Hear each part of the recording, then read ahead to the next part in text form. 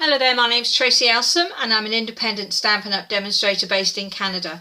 Thank you for joining me today in my Papercraft with me YouTube channel for another 30-second solution. A few days ago I created this gift tag. It was using this stamp from the Blossoming Basket stamp set, and you can get this stamp set along with this Basketweave embossing folder for free up until March 31st with a $120 order. Now, I created the tag and I've had a few people approach me and ask me how I created the 3D effect on the basket. It kind of looks as if it's coming out and it's curved.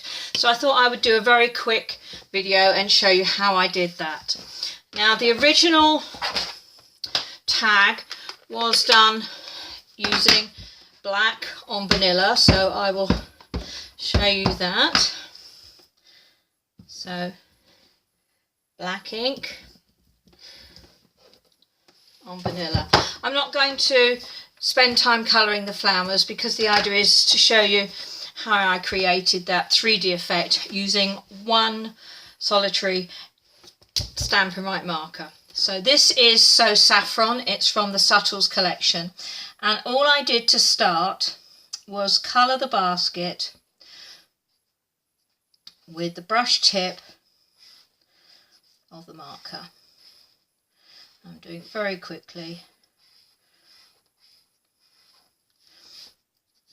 There we go. And I did the same thing with the top.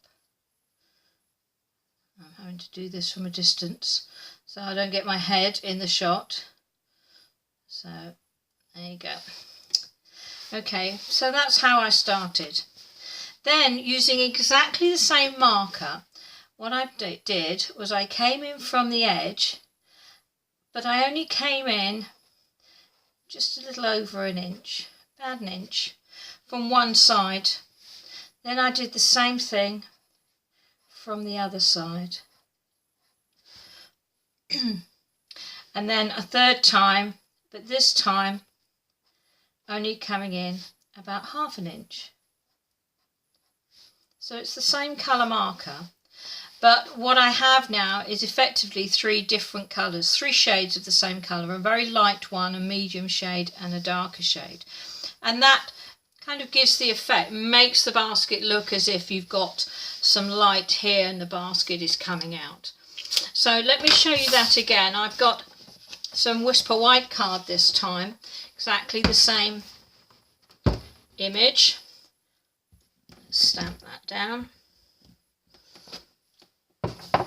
This time I have the Sahara Sand marker, and again just using the brush tip, colour along the basket very quickly.